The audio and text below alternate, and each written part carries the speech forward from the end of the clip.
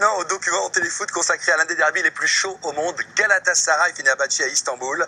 Florent Baudin a vécu un très très grand moment qu'on va partager ensemble.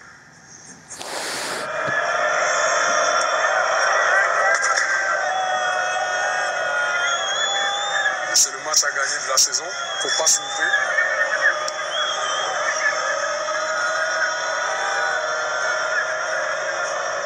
Quand tu joues ces matchs-là, tu n'as qu'une seule envie, c'est de tout défoncer.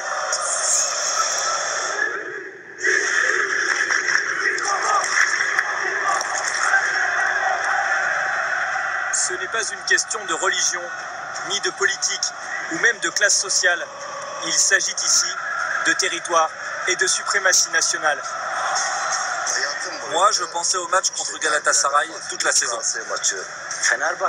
Les supporters disent toujours, si vous n'êtes pas champion, au moins battez Fenerbahçe. Comme terrain de jeu, une ville-monde coupée par le Bosphore en 2 continents sur la rive européenne, Galatasaray en Asie, Fenerbahçe, 2 équipes de stars qui depuis plus de 100 ans se battent pour la conquête d'Istanbul et perpétuent l'histoire d'une rivalité brûlante. Dernier chapitre en date, le derby de dimanche dernier. Téléfoot était au cœur de l'événement. Tous les réunis, mais tous les opposent. Ce sont les frères ennemis d'Istanbul.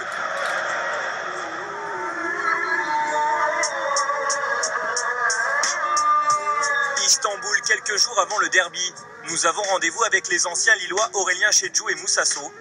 L'ancien meilleur buteur de Ligue 1 a rejoint Fenerbahçe il y a 2 ans. Il s'y est fait une jolie réputation, grâce notamment à ce but, face au grand rival dès son arrivée. Aurélien Chedjou, le solide défenseur camerounais, découvre lui le championnat turc sur la rive opposée, à Galatasaray.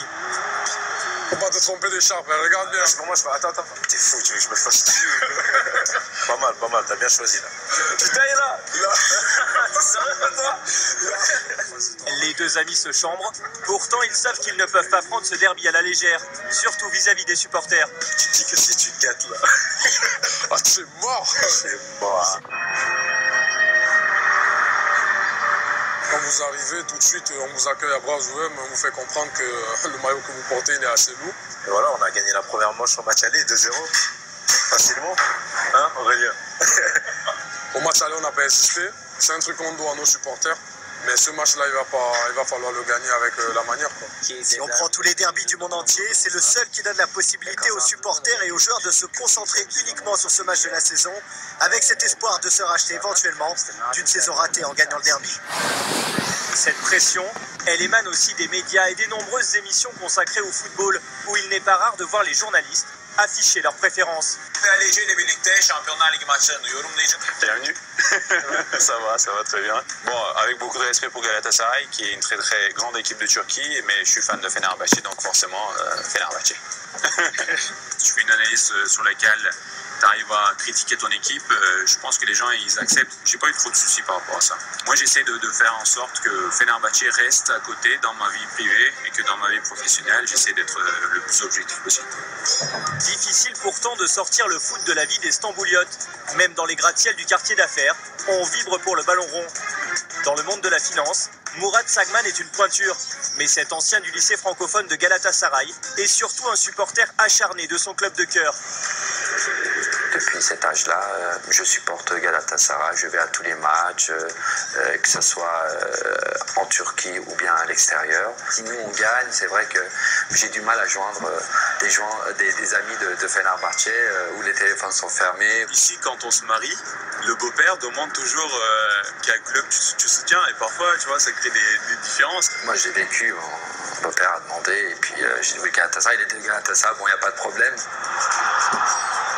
D'avoir un derby, ça te permet de sortir de ta vie normale et pour un jour d'être dans un carnaval, dans une fête, surtout si tu gagnes. Dans un pays où ressurgissent les tensions sociales, le football se vit comme un exutoire pour cette jeunesse turque qui se sent aujourd'hui privée de plus en plus de liberté. L'an dernier, les supporters des différents clubs de la ville ont même manifesté main dans la main contre le gouvernement lors du mouvement Istanbul United. Si on arrive à se réunir un jour dans un stade, on refera Istanbul United. Ça c'est sûr, et on s'en souviendra. Mais par mesure de sécurité et après une série de drames, les supporters ne peuvent plus se rendre dans le stade du rival lors du derby. Varol, fan de Fenerbahçe, suivra donc le match au restaurant où il encouragera son équipe, comme en tribune. Fenerbahçe, sen çok yaşa.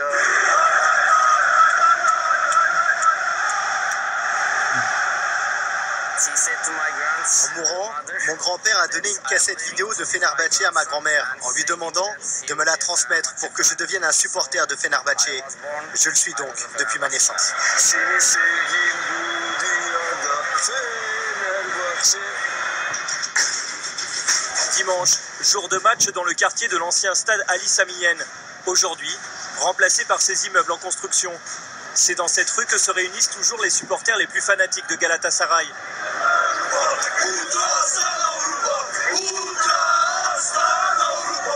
La plupart sont membres des Ultraslan, un groupe qui compte des millions de sympathisants à travers le monde. Nous retrouvons Ossan, qui vient de la région parisienne. Là, c'est la rue qui est juste derrière l'ancien stade. Au fait, avant, ça se rassemblait ici pour aller directement au stade. Et c'est une tradition qui continue aujourd'hui. On est le groupe de supporters le plus grand du monde. Et partout où l'équipe se déplace, il y aura forcément un Ultraslan qui sera là, quoi. Drôle d'atmosphère autour du stade avant le match. Un mélange de fête foraine et de tension. Une tension liée au mauvais résultat de Galatasaray ces derniers temps, mais surtout à l'idée de recevoir l'ennemi juré. Le football en Turquie est devenu un vrai business. Et ce qui compte maintenant, c'est les bénéfices qu'on peut tirer de cette rivalité. Avant, c'était plus amical. On essayait de regrouper les supporters des deux clubs au stade, mais aujourd'hui, l'ambiance a changé. À son arrivée, le bus de Fenerbahçe est caillassé. Les forces de l'ordre réagissent. Pas de quoi perturber Ossan et les Ultraslan, qui en ont vu d'autres. Téléfoot, bienvenue à Istanbul, au stade Ali Samiyen, pour suivre le plus grand derby du monde avec Galatasaray.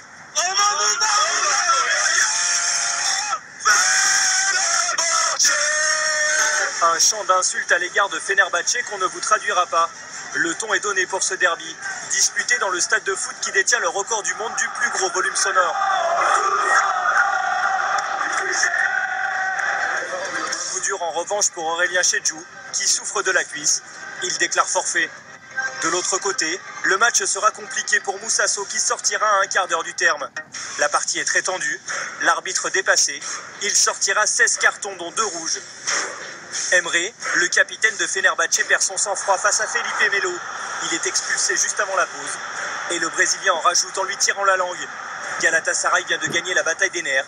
Et le derby, car dès la 10e minute, Schneider donnait l'avantage aux siens. Le stade exulte.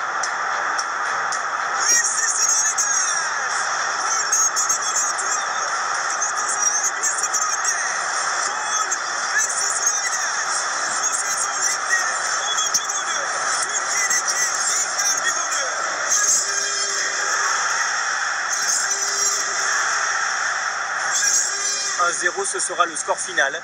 Galatasaray sauve une saison qui a vu Fenerbahçe voler vers le titre. Tu l'as vu là, c'est tendu là, c'est vrai que ça arrive presque à la bagarre et c'est vrai qu'on a deux doigts de craquer à chaque fois, on perd les nerfs. Ces mots de Moussasso à notre caméra seront les seuls prononcés par un joueur de Fenerbahçe le soir du match.